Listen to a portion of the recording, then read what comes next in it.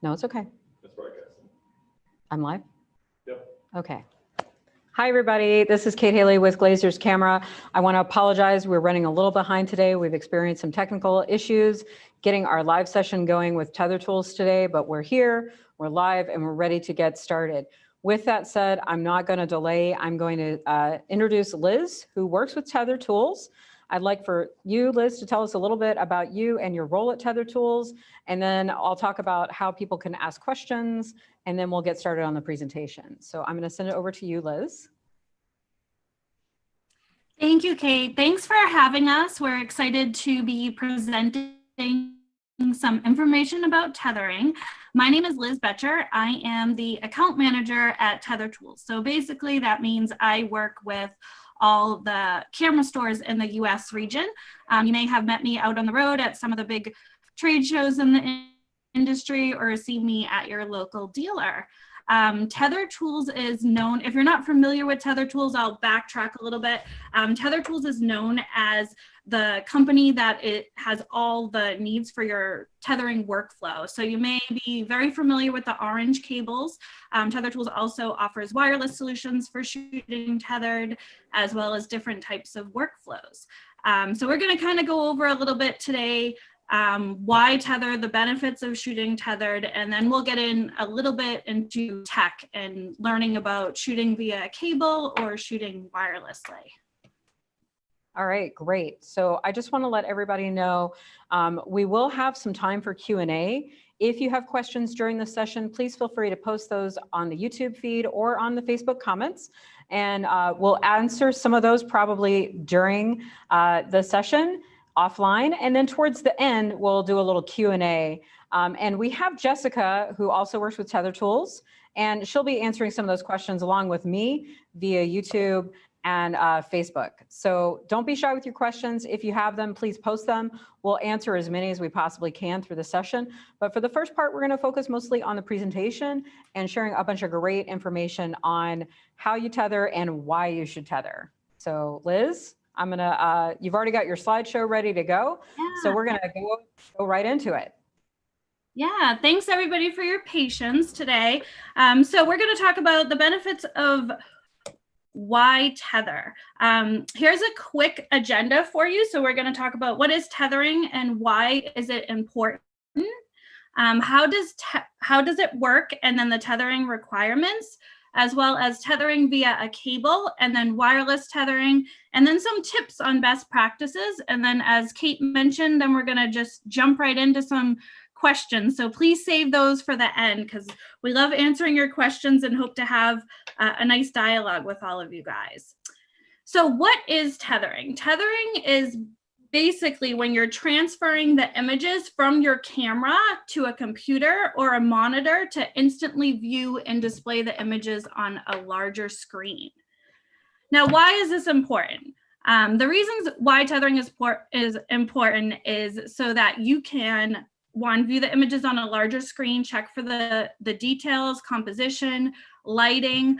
You can also go right into a preferred tethering software and be able to manage your color profiles as well as color correction.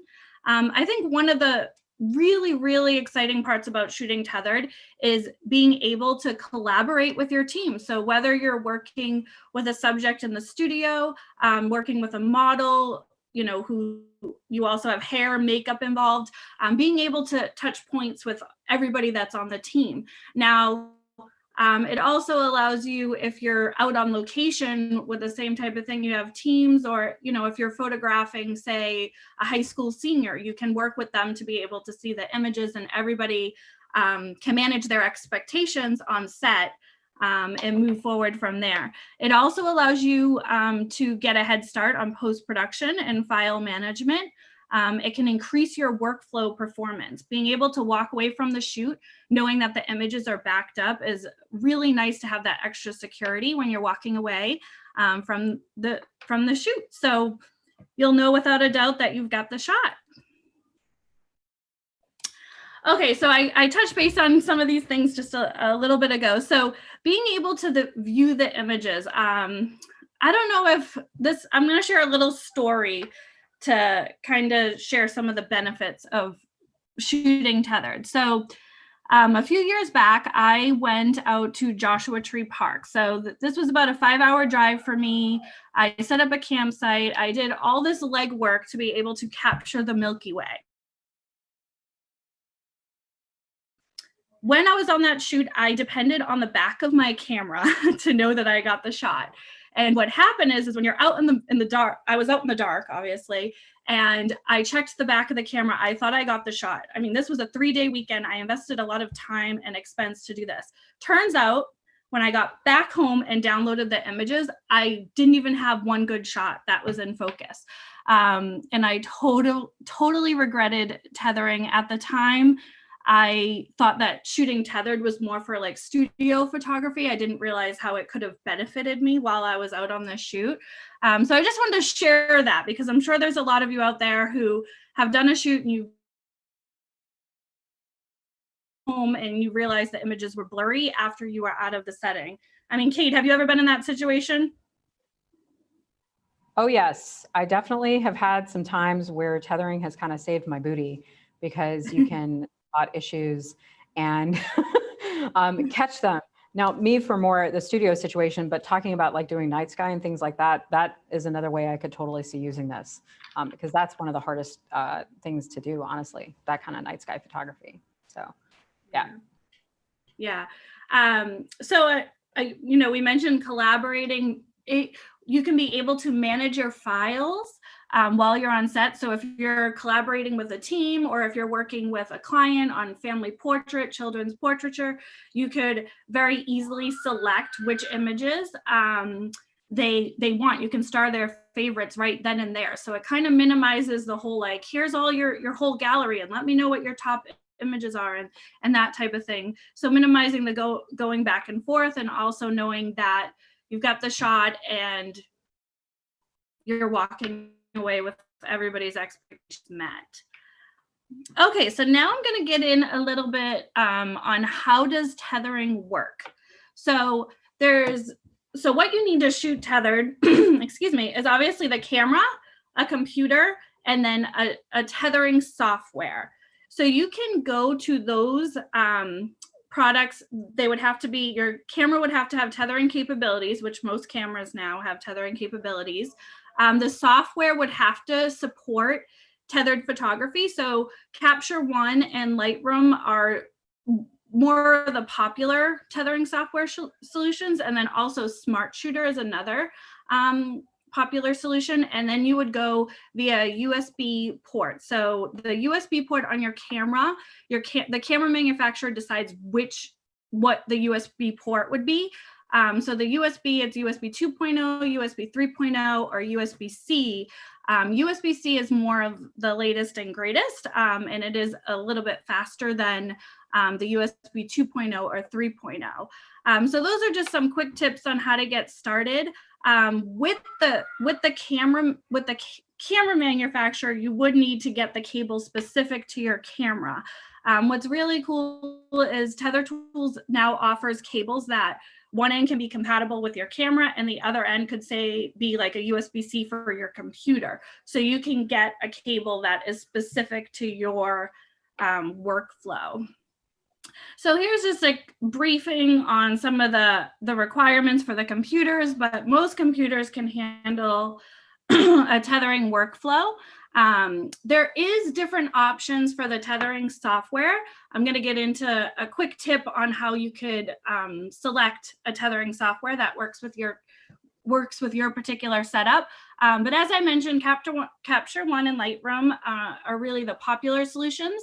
There is a small fee, like if you do a subscription with Lightroom, or Capture One is a one-time fee. And then if you're looking for some free resources, there's the camera manufacturers. You can use the Nikon, the Canon Utility.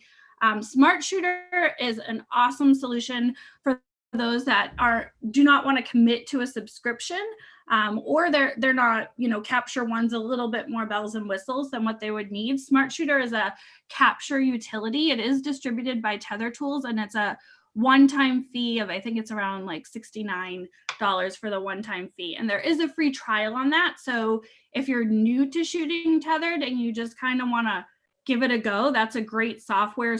I think it's really intuitive and easy to use. When I shoot Tether, I prefer to use Smart Shooter. It just captures the images. It's faster than Lightroom. I do use Lightroom to edit, but I like the speed when I'm shooting tethered that Smart Shooter provides. Kate, what's your favorite tethering software? So I actually use Capture One for tethering. I'm a Fuji shooter, and Capture One handles that system the best. Right now, there's not support for Fuji and Lightroom unless you get some other plugins. So unless that's changed over the past year, but I've been using Capture One off and on since I think, gosh, version 6 or 7. And it's definitely my go-to for tethering, especially with the Fuji system. But that list of options are great. So if you want to stick within your camera system, you can go that way for a lot of the camera brands. And there's just a lot of great options. One of the things I will say about Capture One is that you can actually just buy a license, or you can do a subscription. So Adobe right now is subscription only. So it gives you some options. Yeah.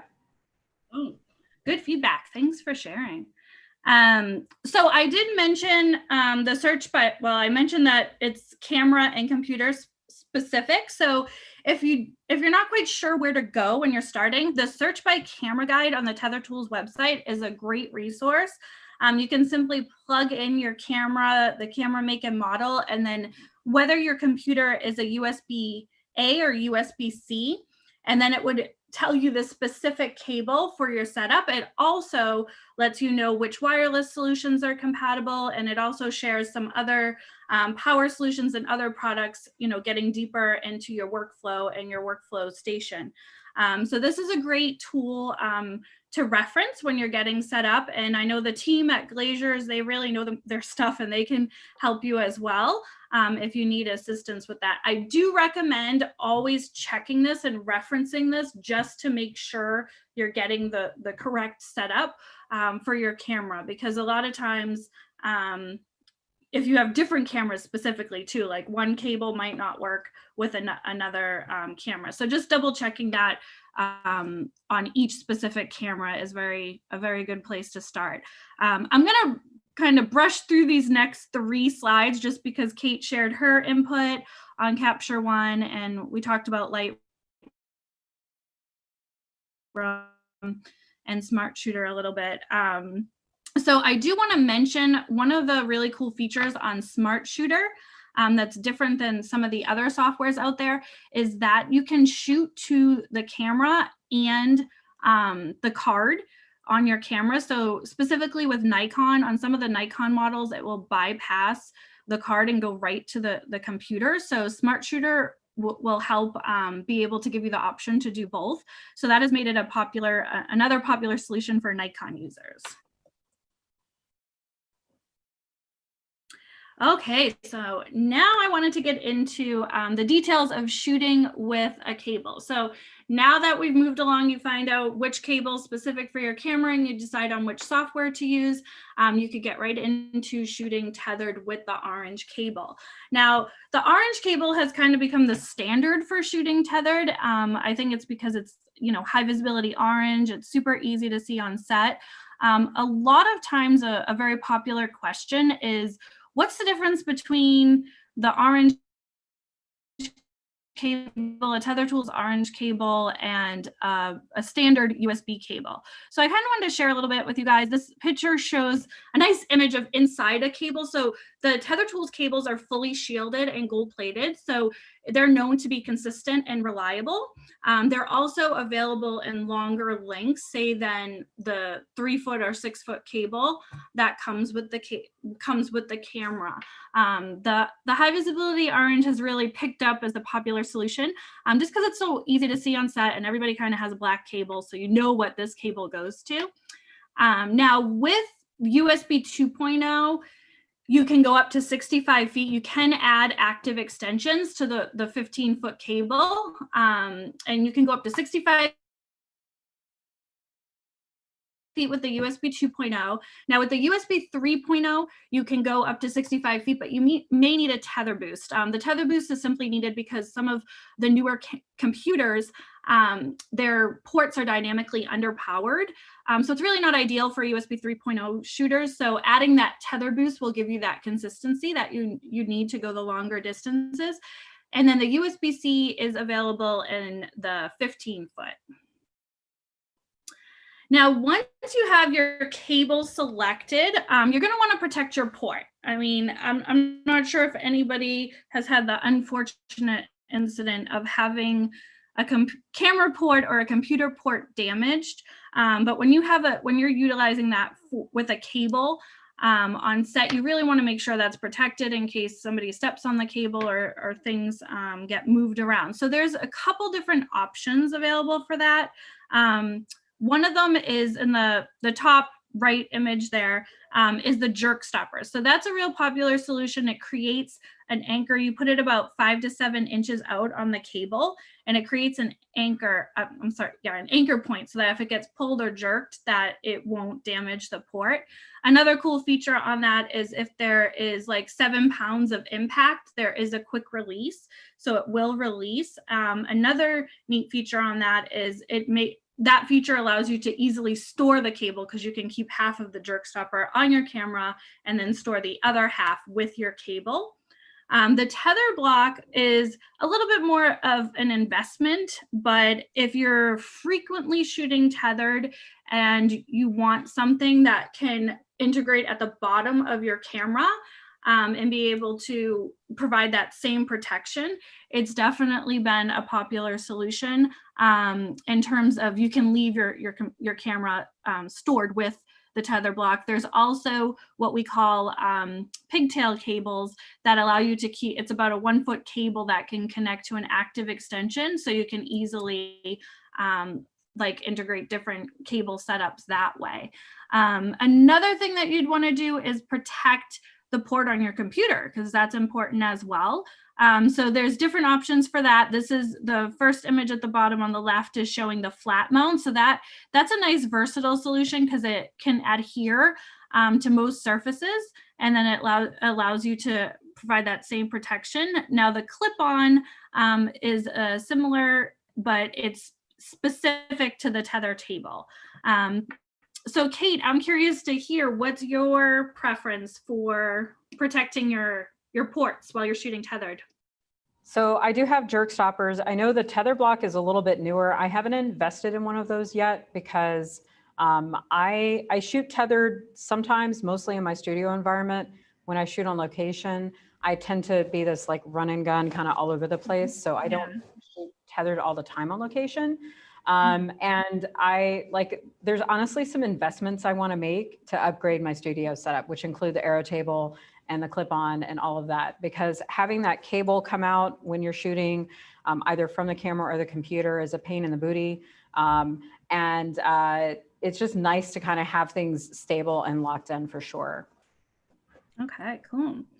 I'm curious, I was going to jump into wireless tethering, but I was just curious, does anybody have any questions about the cable setup or the benefits of shooting tethered before we get into wireless?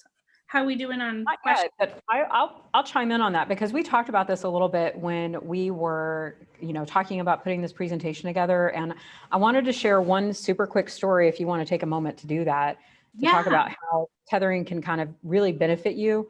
You talked about that with your night sky stuff, and you've shared a lot of information so far. But I primarily do headshots and portraits of people. And sometimes you have a very limited amount of time that you can block out for these situations. And where tethering has come in super handy for me is about, late last year, I did a headshot session for a gentleman who's a lawyer and needed a new headshot for his company's website. They had something specific that they wanted, so I kind of had their guidelines, but we got together to do the shoot, and I was tethered. We were looking at the shots as we went. I think I shot 7 photos at max, and we had 2 selects within those 7s. And having the tethered setup was really crucial to that, because we can look at those, instead of that teeny tiny screen that we're looking at, right?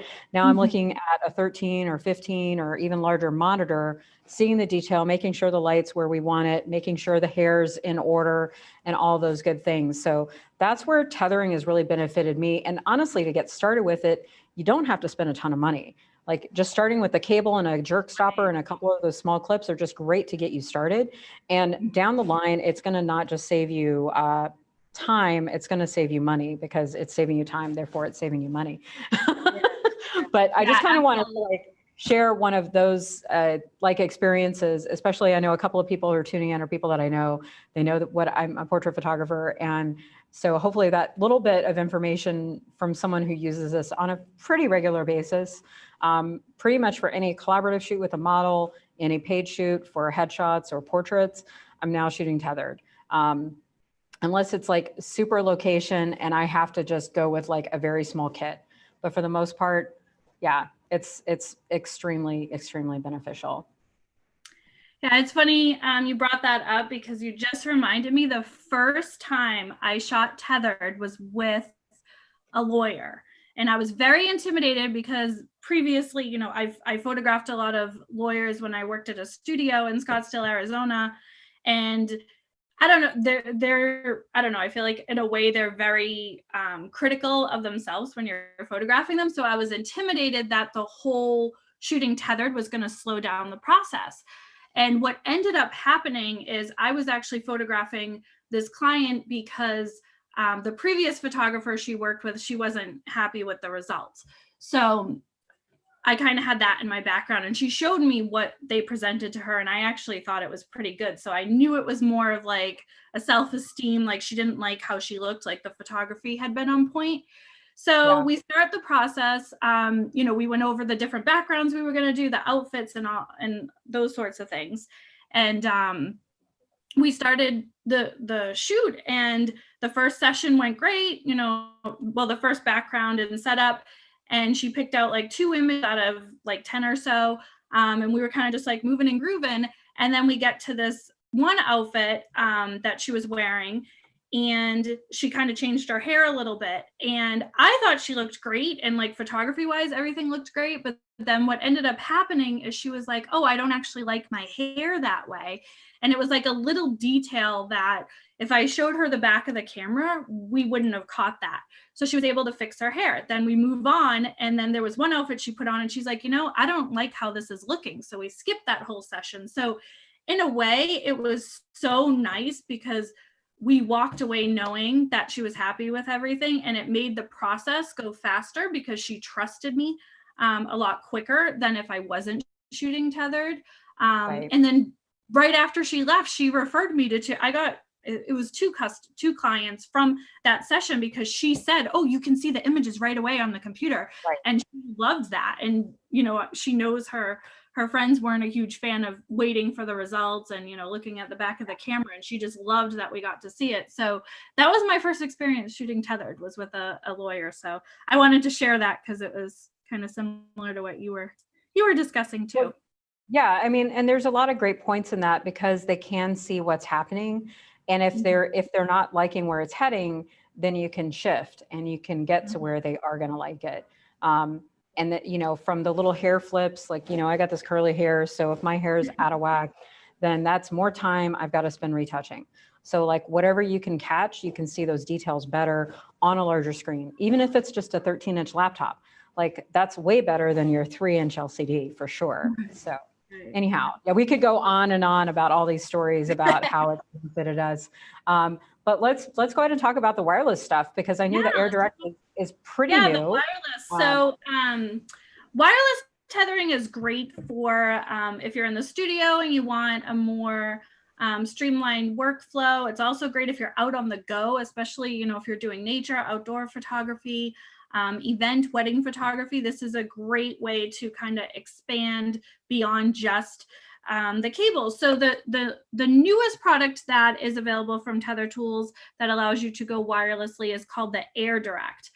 So the AirDirect is compatible with Canon and Nikon, similar to our original Case Air, but it opened up compatibility to most of the other camera manufacturers. So it's compatible with Fuji, so Kate can start shooting wireless, and all your Fuji All users right. out there, Sony, Panasonic, basically all the major camera manufacturers. So what's really neat about the AirDirect versus the original wireless solution is the Case Air was the original wireless, is that this will allow you to transfer both the RAW and the JPEG files. So I just want to clarify that they do, the speed of those files coming over can vary from 5 seconds to 12 seconds, depending on the camera you're shooting with, as well as your specific setup. There's multiple components when you're shooting tethered, so you kind of have to take into consideration the software you're shooting to, and then your camera as well as your computer. So you can go up to 200 feet with the AirDirect, so it does give you a nice range. Obviously, I mentioned it streamlines the workflow, so you don't have to worry about that trip hazard. And another really, really awesome feature that I was super excited about, and I'm sure you guys will be too, is that you can go directly into your preferred software. So you don't have to go into a software that's specific to the AirDirect or anything like that. You can go right into your preferred software. You don't have to set up watch folders or anything like that. And then there is also a bridging option. So that's really cool for if you need to use the Wi-Fi on your computer, as well as being able to use that. The AirDirect sets up like an ad hoc network, so it has its own Wi-Fi. So that means if you are in a remote area, if you're out at the beach or at a lake, it will still transfer the image and go to that Wi-Fi. But if you need to be able to utilize the Wi-Fi on your computer, you can do that as well as use the AirDirect. So that's another cool feature that is available. This goes a little bit into more detail about the different cameras that it is compatible with, as well as the different softwares. This just gives you a good visual of how the image transfers. So that image in the middle is a graphic of the AirDirect. Now you would have to download, it's just a one-time download. It's called the AirDirect Utility. So you download that to your computer. It's in the quick startup instructions that come with the product. And you just download that once. And it's basically, I kind of mentioned, it's like tricking your camera and your computer and the software and everything to think that there's a cable there. So you do download that once, and then you can go right into your preferred tethering software. And this product is compatible with a Mac or a PC.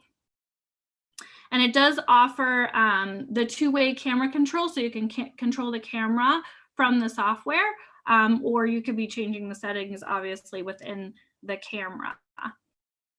So you do have the different options. It does have the internal memory buffer. It has the different options for speed, so you can set that. And then here on the image, you can see that there is a mobile or an ADU. So I just wanted to share with you guys that the AirDirect is compatible to a mobile device. If you have a Canon and Nikon camera, you can go to, say, your phone or your tablet or iPad. So if you were looking to transfer to either of those devices, then you would select the mobile selection on the Air device, and then the ADU is if you're going to a computer.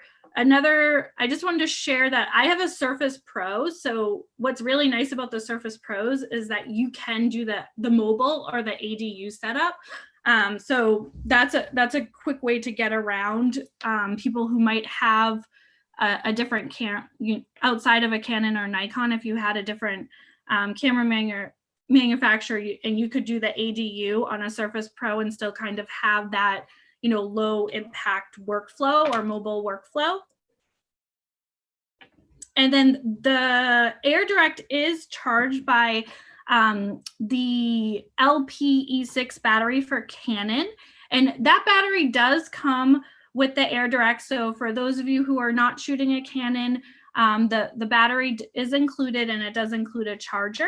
But those who are shooting Canon, obviously you'd probably have some spare batteries laying around. So that battery gives you power for about 3 to 5 hours. Again, that depends on your specific camera. and your workflow, so that time can vary. There's also a DC to USB cable included, so that allows you to be able to swap the battery out. I think this is a really cool feature in comparison to other products on the market, because you're able to you can charge it, have backup with the batteries, and then you're also able to do the hot swap. So it's a really cool function when you're out on the go. Okay, so just some best practices. I guess we're going to get into that. Kate, did you want to jump in on anything on, some of your tips before I go into some of these tips on the best practices?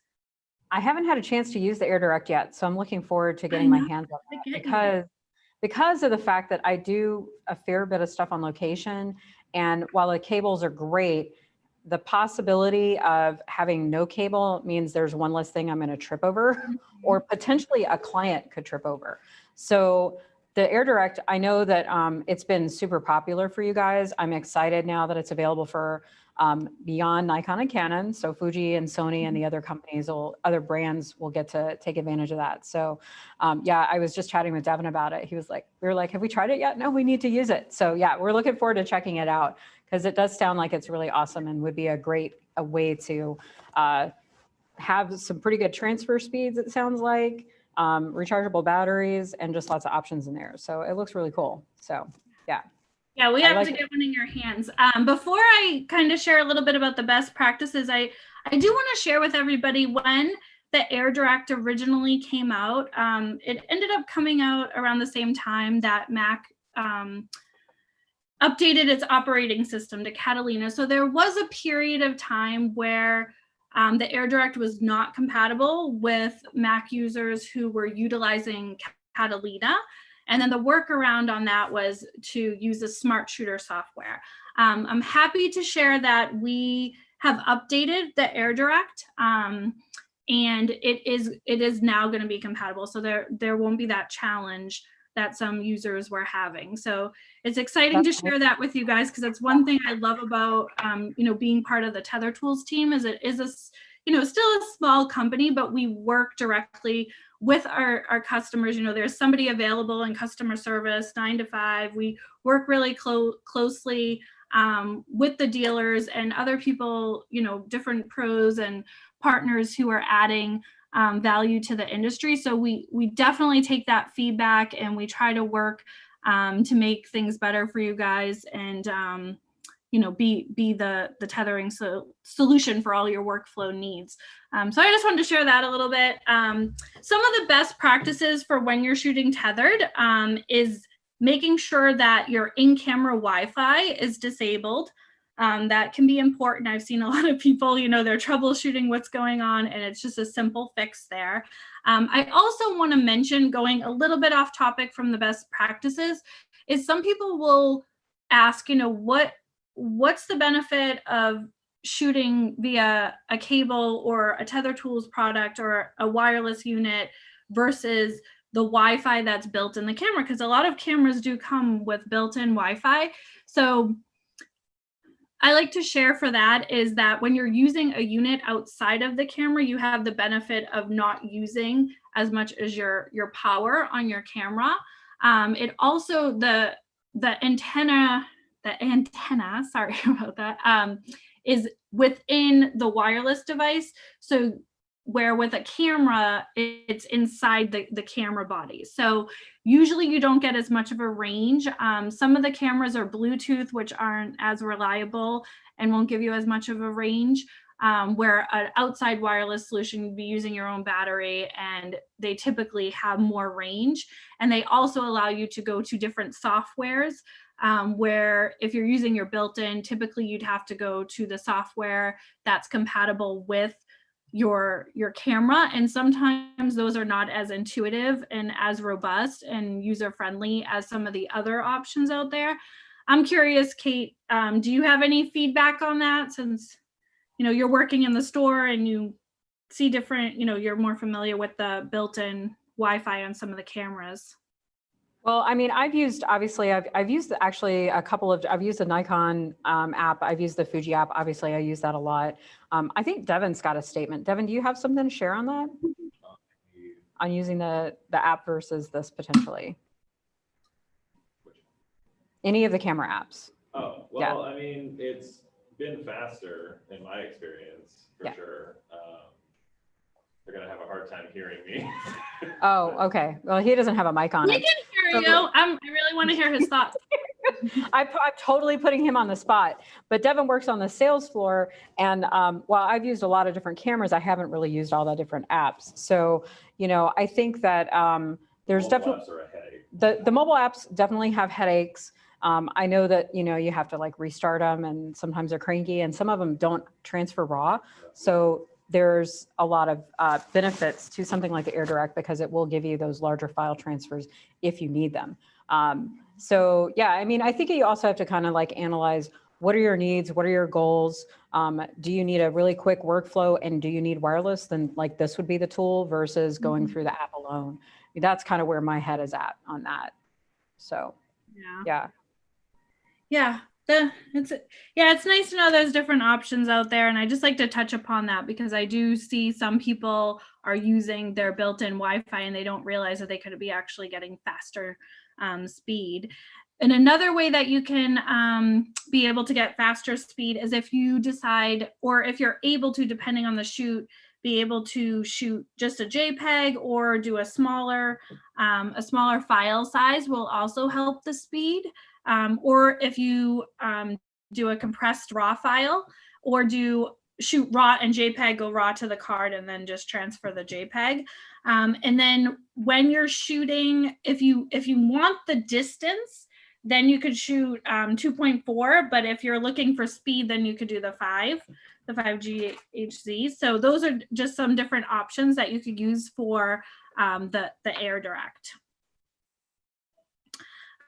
This is just a quick, the quick startup guide for being able to shoot with the AirDirect. And the AirDirect is available at Glazer. So it retails for about $329, but we are teaming up with Glazers to offer you guys all a discount if you're interested. So it's a 10% discount off of all the Tether Tools products. So that can save you some money if you're looking to get started. Some people, when they get started, you're doing different types of photography. So you may, if you're in the studio, you might want to grab a cable, but if you're out on the go, you might want to grab the wireless. And I think they're both at a nice price point where some people are investing in both, and then you just grab the one that works best for your job.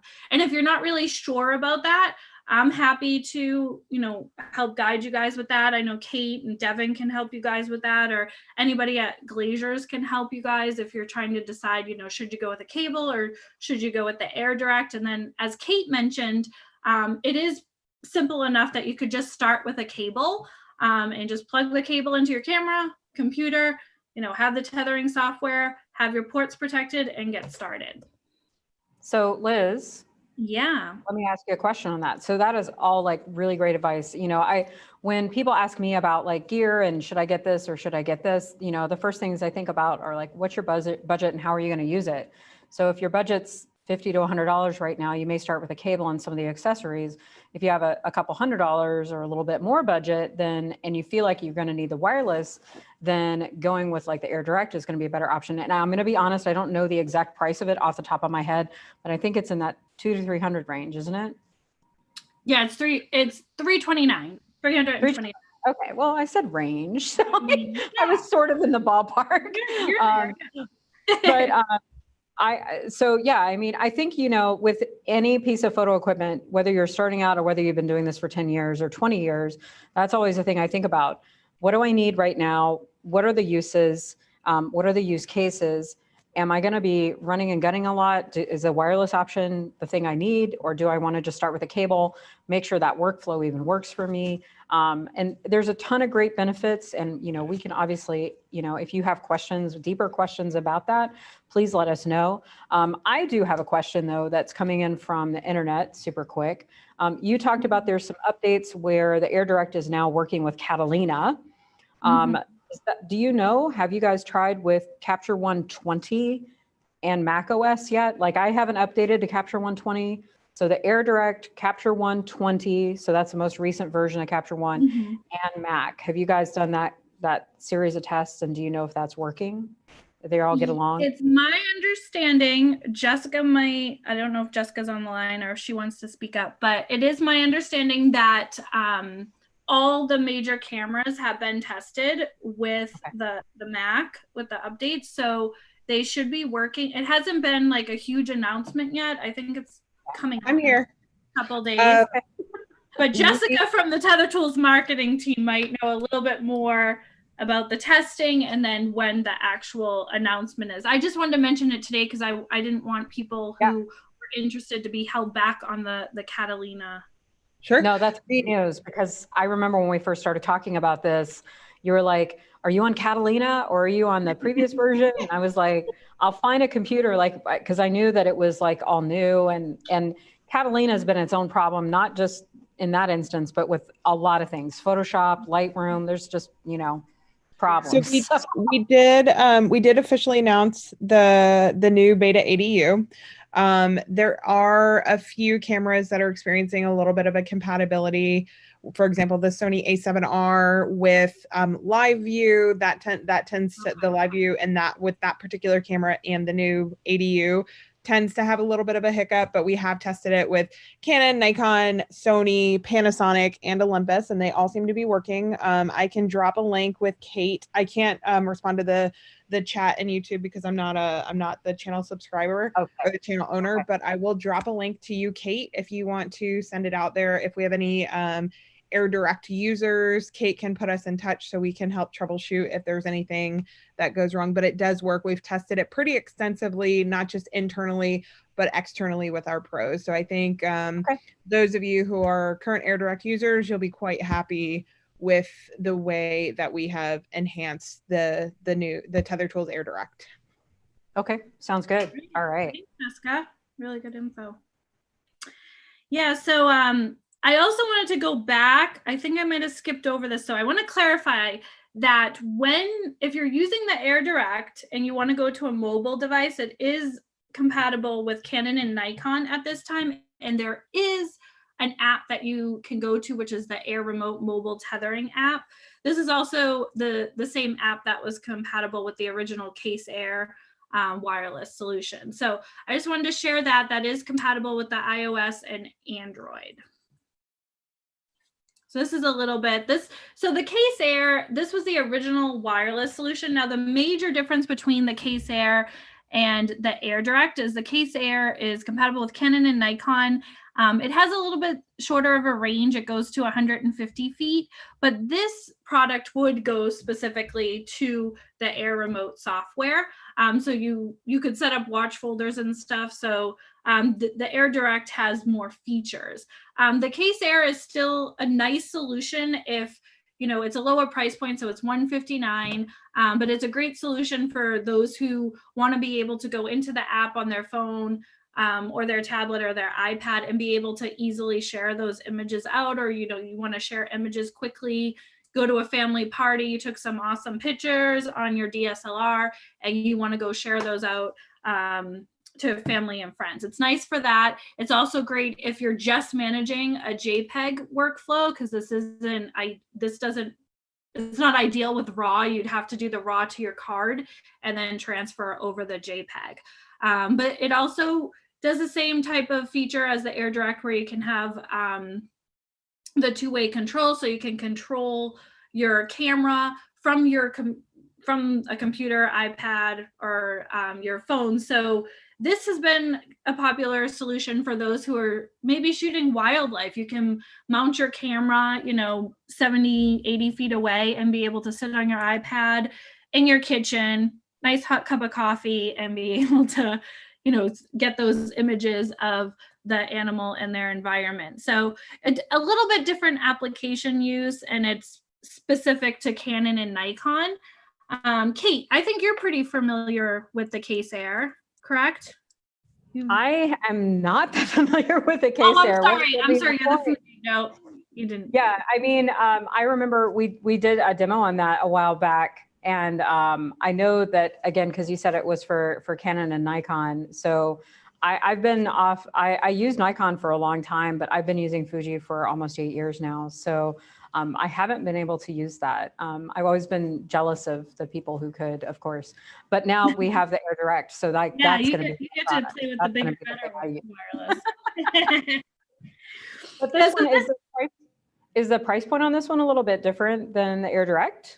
Yeah, so it's a different price point. So this is more of like, you know, if you're just getting started with wireless tethering, or you're not shooting tethered as frequently, so you don't need all the all the bells and the whistles that the AirDirect provides. So there is a market and still an interest for the Case Air. It also has a built-in battery and what we call a split cable. So that's a really cool feature because you can charge it while you're using it with a power bank. So that's a little bit different than like other brands where you would have to have backup batteries and it has to be in the unit while it's charging. So it's still a popular solution for wireless tethering, but again, just specific to Canon and Nikon users. And then it goes right into that Air Remote mobile tethering app. The images here kind of show you a little bit of the interface on that. And then with the Case Air, it does transfer because it's transferring JPEG. So it goes pretty quickly. I would say like 3 to 6 seconds with a JPEG. So it's definitely still, you know, a cool product, and there's definitely still a need depending on your specific workflow, if that would be, you know, something you'd like to utilize. Yeah, so we have a lot of options, it sounds like. So we're just now at 1. I know we got a few minutes of a late start, but I just kind of wanted to give you a heads up on time. Yeah, I am going to wrap it up in a little bit. And I just realized I had this random slide all by itself when it was supposed to be with the AirDirect. So I didn't get that when I was prepping. Here's some cool mounting options for you today. Yeah, so these are the mounting options for the AirDirect. So a lot of people are asking, like, do I have to put it into my hot shoe? No, you do not have to put it into your hot shoe. That's just a convenient place to mount it. It doesn't have to be mounted there in order to use the product. But if you need your hot shoe for, you know, a pocket wizard or such, then there is an ARCA clamp available. So that will allow you to mount it to the side with an L bracket. Tether Tools does not offer an L bracket, but a lot of people are using like a 3-legged thing, or, you know, there's some great solutions out there for an L bracket. So that's one way you can mount it. But other than that, let me see. If we're wrapping it up, I guess we're gonna skip all that stuff. Did you want me to get into the workflow, or did you want me to wrap it up, Kate? You think, is that like a few minutes? Is it like 5 or 10 minutes or something, or? I can make it less than that. So let's go through it. Let's give people the full experience. I just wanted to share a little bit about some of the other solutions. We are working to have another class for you guys so we can get into this a little bit deeper, and Kate will share more information on that. So, you know, once you're shooting tethered, you are going to need a place to safely secure your laptop, or if you have wireless or mobile on the go, then you're going to need to mount like your iPad and your tablet and such. So I'm just going to brush over this quickly. This is the tether table. It features a bracket. Ooh, sorry, guys. It features a bracket at the bottom of that table that will allow you to easily mount. It's 3/8, 5/8, and 1/4 20 and an ARCA mounting. So you can easily mount it to any existing light stand or C stand. And then it gives you a nice solution. There's a full line of accessories. So you can have the Pro Pad, which helps disperse the heat. And then there's also places for hard drives and such. So this is just a popular solution for mounting your laptop when you're shooting on location. There's also some really cool products for setups for wireless and being able to mount your iPad or your tablet. So depending on your workflow, you could do the arrow tab, which allows you to mount the tablet. That's the image in the middle there. We also have like the tripod roller, so you can add that to your tripod. So all different types of setups. I wanted to share this as maybe some inspiration or something to think about once you get started with shooting tethered. there is a whole line of products out there that Tether Tools has for being able to set up your workflow. And then there's also power solutions, you know, moving into being on the go and that type of stuff. I was going to touch upon this real quickly.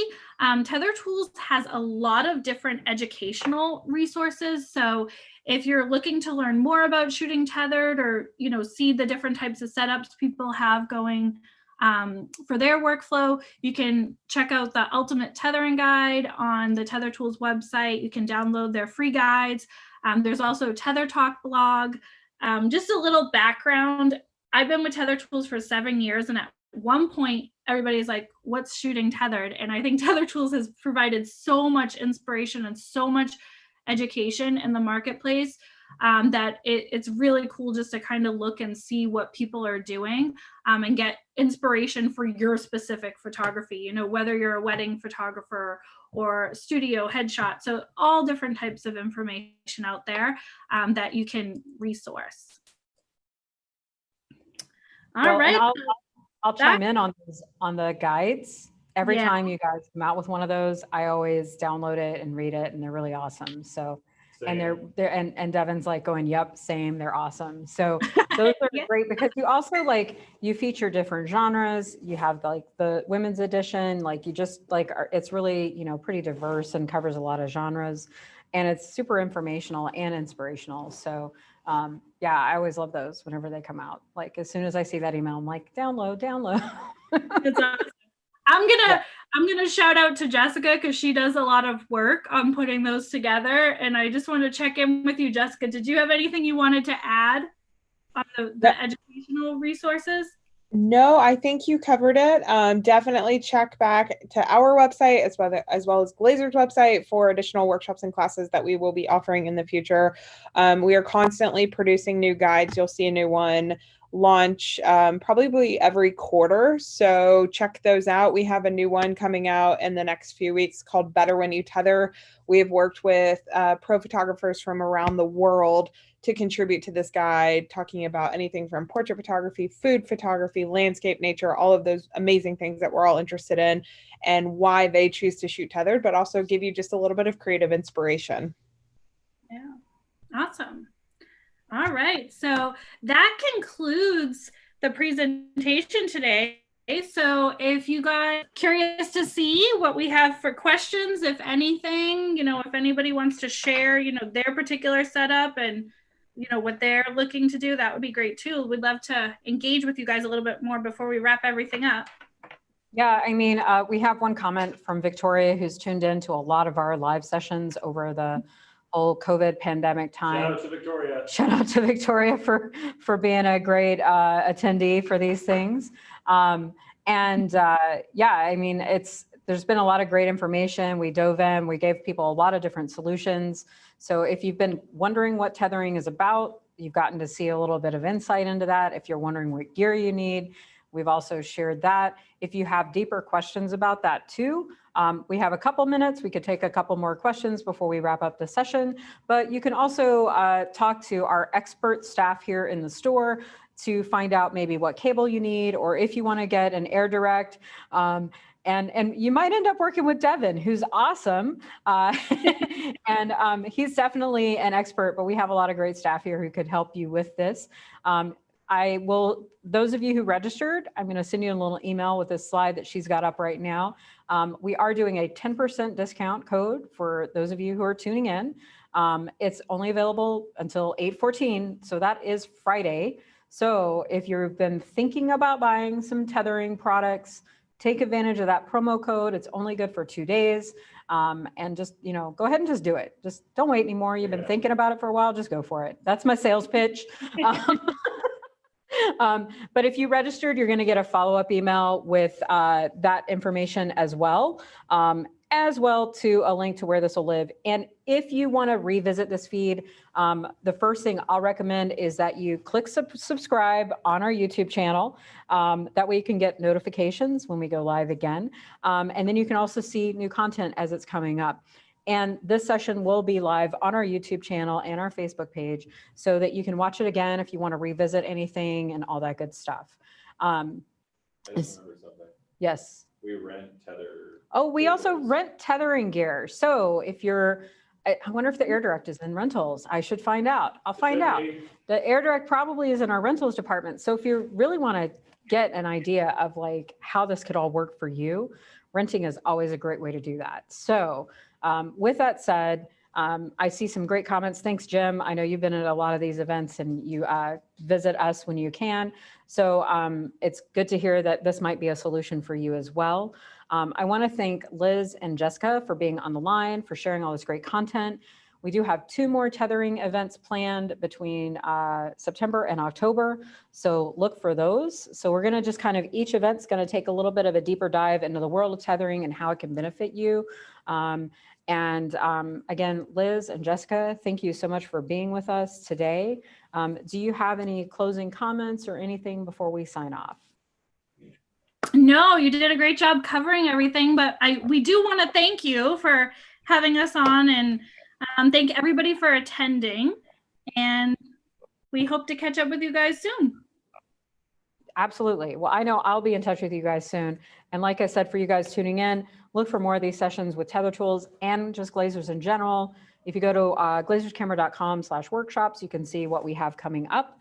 And there's a lot more happening in September and October and beyond. So thank you all for tuning in, and have a great day.